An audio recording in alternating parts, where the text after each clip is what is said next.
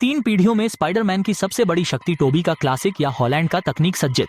तीनों पीढ़ियों के स्पाइडरमैन मकड़ी काटे और आनुवांशिक उत्परिवर्तन से शक्तियां प्राप्त की। मल्टीवर्स में अलग मकड़ियों से तीन सुपर हीरो जन्मे।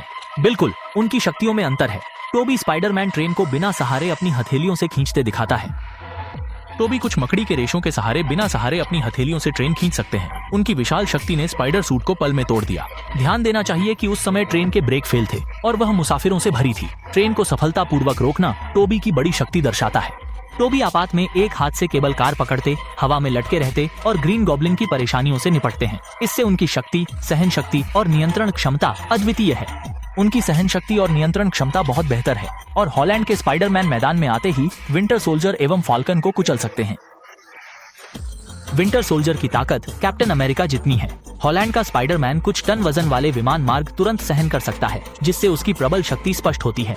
स्पाइडरमैन होमकमिंग में हॉलैंड का स्पाइडरमैन क्रूज शिप को मकड़ी रेशों से खींचकर क्लासिक दृश्य पेश करता है। हॉलैंड दोनों हाथों से 10 से अधिक सेकंड तक खींचते हैं। इस दृश्य की फैंस अक्सर टोबी द्वारा ट्रेन खींचने से तुलना करते हैं, लेकिन ट्रेन खींचना क्रूज शिप से ज्यादा कठिन है। तेज ट्रेन की अधिक गतिज ऊर्जा ही नहीं, मुख्य बात यह है कि टॉम हॉलैंड ने युद्ध वस्त्र तकनीक का उपयोग किया।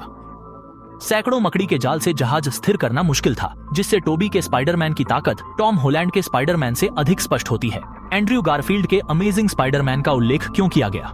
अमेजिंग स्पाइडरमैन मुख्य रूप से फुर्ती और शानदार चालों के लिए प्रसिद्ध है। उसकी असली ताकत नहीं है और इसे दिखाने का अवसर कम है, फिर भी वह भारी वजन सहन कर सकता है। टोबी की तरह एक हाथ से गिरती कार पकड़ना ज्यादा कठिन और टोबी की सहज शैली से खतरनाक लगता है, इसलिए सामूहिक रूप से देखें।